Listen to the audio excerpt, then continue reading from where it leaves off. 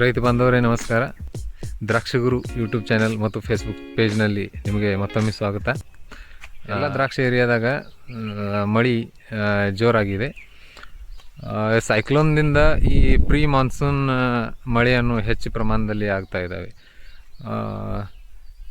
Low pressure belt create ಆಗಿ ಇದು cyclone create ಆಗಿ ಮಳೆಯನ್ನು ಹೆಚ್ಚು ಪ್ರಮಾಣದಲ್ಲಿ ಆಗ್ತಿರೋದ್ರಿಂದ ನಮ್ಮ ದ್ರಾಕ್ಷಿ ತೋಟದಲ್ಲಿ ಮತ್ತೊಂದಿಟ್ಟು ಸಮಸ್ಯೆಗಳನ್ನು ಹೆಚ್ಚಾಗಿಬಿಟ್ಟಿದ್ದಾವೆ. ಮೊದಲು ಎಲ್ಲ ಗರ್ಭಧಾರಣೆ ಆಗುವ ಸ್ಟೇಜ್ನಲ್ಲಿ ಬೇಕಾದಟ್ಟು ಸೂರ್ಯಪ್ರಕಾಶನೂ ಸಿಗ್ತಾ ಇಲ್ಲ. ಬೇಕಾದಟ್ಟು ಟೆಂಪ್ರೇಚರ್ ಬೇಕು, ಆ ಟೆಂಪ್ರೇಚರ್ ಸಿಗ್ತಾ ಇಲ್ಲ.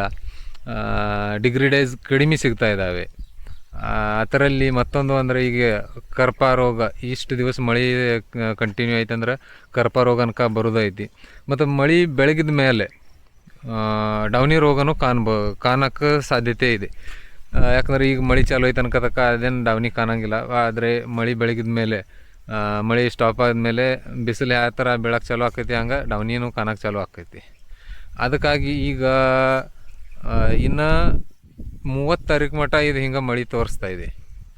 ಇನ್ನೂ 4 ದಿವಸ ಅಂದ್ರೆ ಕರ್ಪ ಈಗ ಎಲ್ಲ ಕಡೆ ಸಣ್ಣಂಗೆ ರೈತರು ಫೋನ್ ಬರೋಕ್ಕೆ ಚಾಲು ಆಗಿದ್ದಾವೆ, ಕರ್ಪ ರೋಗ ಕಾಣ್ತಾ ಇದೆ ಅಂತ. ಈ ಕರ್ಪ ರೋಗ ನಿವಾರಣೆಗಾಗಿ ಈಗ ಇದ್ರ ಲಾಸ್ಟ್ ವಿಡಿಯೋದಾಗ ನಾವು ಕೋಸೈಡ್ ಮತ್ತು ಕಾಸುಬಿ ಸ್ಪ್ರೇ ಹಂಗೆ ಇದ್ರ ತೊಗೋರಿ ಅಂತ ಹೇಳಿದ್ವಿ ಪ್ರಿವೆಂಟಿವ್ ಆಗಿ. ಆದ್ರೆ ಈಗ ಕಾಪರ್ದು ಒಂದು 2 ಸ್ಪ್ರೇ ಆಗ್ಯಾವ, ಯಾರ್ಯಾರು 2-3 ಸ್ಪ್ರೇ ಆಗ್ಯಾದವು. ಆ್ಯಂಟಿಬಯೋಟಿಕ್ ನಾವು ಒಂದೇ ಸ್ಪ್ರೇ ರೆಕಮೆಂಡ್ ಮಾಡ್ತೀವಿ. ಯಾಕಂದ್ರೆ ಕಾಸುಬಿ, ವ್ಯಾಲಿಡಮೈಸಿನ್, ಪ್ಲಾಂಟೊಮೈಸಿನ್, ಸ್ಟೆಪ್ಟೋಸೈಕ್ಲಿನ್ ಈ ಥರ ಇವೇನು ಆ್ಯಂಟಿಬಯೋಟಿಕ್ ಇರ್ತಾವೆ, ಇವು ಹೆಚ್ಚಿಗೆ ಪ್ರಮಾಣದಲ್ಲಿ ಸ್ಪ್ರೇ ಮಾಡಿ ನಡೆಯಂಗಿಲ್ಲ. ಎಷ್ಟು ಆ್ಯಂಟಿಬಯೋಟಿಕ್ ಹೆಚ್ಚು ಮಾಡ್ತೀರಿ ಅಷ್ಟು ಗಿಡ ವೀಕನೂ ಆಕೈತಿ ಮತ್ತು ಎಲೆದ ವಯಸ್ಸನ್ನು ಕಡಿಮೆ ಆಕೈತಿ. ಎಲೆ ನಮಗೆ ಕಾಯಿ ಚಟ್ನಿ ತನಕ ಉಳ್ಕೋಬೇಕಾಗೈತಿ. ಅದರಲ್ಲಿ ಈಗ ನಾವು ಆ್ಯಂಟಿಬಯೋಟಿಕ್ ಹೆಚ್ಚು ಸ್ಪ್ರೇ ಮಾಡೋಕ್ಕೆ ನಡೆಯಂಗಿಲ್ಲ. ಅದಕ್ಕೆ ಏನು ಮಾಡಬೇಕು, ಈಗ ಒಂದರ ಸ್ಪ್ರೇ ಮಾಡೋಕ್ಕಿಂತ ಮುಂಚಿತ ಮ್ಯಾಗಿಂದ ಮಳೆ ಸ್ಟಾಪ್ ಆಗಿರಬೇಕು. ಮಳೆಯಾಗ ಸ್ಪ್ರೇ ಮಾಡಿ ಏನೂ ಸ್ಪ್ರೇ ಮಾಡಿ ಯಾವುದೂ ಉಪಯೋಗ ಇಲ್ಲ. 4-5 ದಿವಸ ಅದು ಸ್ಪ್ರೇ ಮಾಡಿ ಏನೂ ಸ್ಪ್ರೇ ಮಾಡಿಲ್ಲ ಅಥವಾ ಸ್ಪ್ರೇ ಮಾಡತ್ತನು, ಆದ್ರೆ ಮ್ಯಾಗಿಂದ ಮಳೆ ಚಾಲು ಐತಿ, ಏನೂ ಉಪಯೋಗ ಆಗಂಗಿಲ್ಲ. ಆ ಥರ ಸ್ಪ್ರೇ ಮಾಡೋಕ್ಕೆ ಹೋಗಬೇಡ್ರಿ. ಗಿಡದಾಗ ಎಷ್ಟು ನೀರಿದ್ರೂ ನಡಿತೈತಿ, ಆದ್ರೆ ಮ್ಯಾಗಿಂದ ಮಳೆ ಬಂದಿರಬೇಕು, ಮಳೆ ಸ್ಟಾಪ್ ಆಗಿದ್ದಿರಬೇಕು. ಅಂದ್ರೆ ನಿಮ್ಮದು ಔಷಧಿ ಹೊಡೆದಿದ್ದು ಏನರೇ ಸಾರ್ಥಕ ಆಕೈತಿ.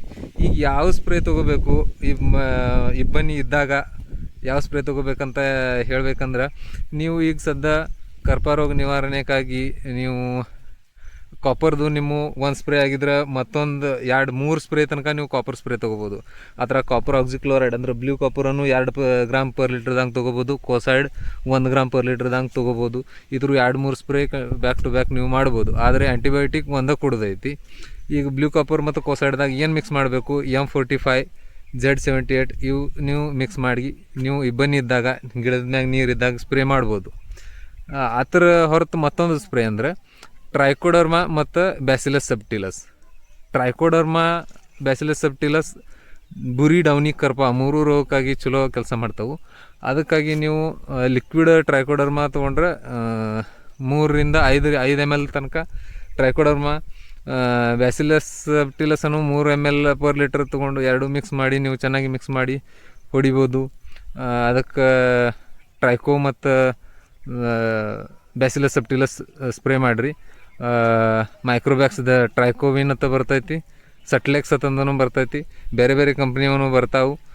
ಝೈಟೆಕ್ಸ್ದೂ ಬ್ಯಾಕ್ಟೀರಿಯಾ ಚಲೋ ಅದಾವೆ, ಆ ಕಂಪ್ನಿದೂ ನೀವು ತೊಗೋಬೋದು. ಅದೇ ಥರ ಮತ್ತೊಂದು ಸ್ಪ್ರೇ ಅಂದ್ರೆ ಮಳೆ ನಿಂತ ಮೇಲೆ ಬಿಸಿಲು ಒಂದಿಟ್ಟು ಇಬ್ಬನಿ ಆರಂತಲೇ ಬಿಸಿಲು ಇರ್ಲಿಕ್ಕಾರೂ ಇಬ್ಬನಿ ಆರಿದ ಮೇಲೆ ನೀರು ಇಲ್ಲ ಹಂಗೆ ಗ್ಯಾರಂಟಿ ಕನ್ಫರ್ಮ್ ಆದಮೇಲೆ ಒಂದು ಸ್ಪ್ರೇ ಕೊಡ್ಬೋದು. ಅದಂದ್ರೆ ಟ್ರೈಸೈಕ್ಲೋಝೋಲ್ 1 ಎಕರೆಗೆ 120 ಗ್ರಾಮ್ ಪ್ರಮಾಣ ಐತೆ. ಟ್ರೈಸೈಕ್ಲೋಝೋಲ್ ಅಂದ್ರೆ ಏನು, ಸಿವಿಕ್ ನಾಗಾರ್ಜುನ ಕಂಪ್ನಿದ ಸಿವಿಕ್ ಅಂತ ಸಿಗ್ತೈತಿ, ಇಂಡೋಫಿಲ್ ಕಂಪ್ನಿದ ಬೀಮ್ ಅಂತ ಸಿಗ್ತೈತಿ. ಆ ಥರಾಗ ನೀವು M45 2 ಗ್ರಾಮ್ದಂಗೆ ಲೀಟ್ರಿಗೆ ಮಿಕ್ಸ್ ಮಾಡಿ ನೀವು ಸ್ಪ್ರೇ ತೊಗೋಬೋದು. ಸಿವಿಕ್ ಮತ್ತೊಂದು ಪ್ರಮಾಣ ಹೇಳ್ತಾನು, ಸಿವಿಕ್ ಇದು ನಾಗಾರ್ಜುನ ಕಂಪ್ನಿದು ಬರ್ತೈತಿ, ಬೀಮ್ ಅಂತ ಇಂಡೋಫಿಲ್ ಕಂಪ್ನಿದು ಬರ್ತೈತಿ. ಅದು ಎಕರೆಗೆ 120 ಗ್ರಾಮ್ ಪರ್ ಎಕರ್ ಆ ಥರ ಮಾಡಬೇಕು. ಅದರಲ್ಲಿ M45 2 gram per litre mix ಮಾಡಿ ಸ್ಪ್ರೇ ಮಾಡಬೇಕು. ಅದೇ ಥರ ಡೌನಿ ರೋಗಕ್ಕಾಗಿ ಏನು ಸ್ಪ್ರೇ ಮಾಡಬೇಕು ಅದನ್ನು ಮಳೆ ಬೆಳಗಿದ ಮೇಲೆ ನಾನು ಮತ್ತೊಮ್ಮೆ ವಿಡಿಯೋದಲ್ಲಿ ಹೇಳ್ತೀನಿ. ವಿಡಿಯೋನು ಶೇರ್ ಮಾಡಿ, ಮಾಹಿತಿಯನ್ನು ಹೇಗೆ ಅನಿಸುತ್ತೆ ಅದು ಕಮೆಂಟ್ನಲ್ಲಿ ಹೇಳಿ, ಚಾನೆಲನ್ನು ಸಬ್ಸ್ಕ್ರೈಬ್ ಮಾಡಿ. ಧನ್ಯವಾದ.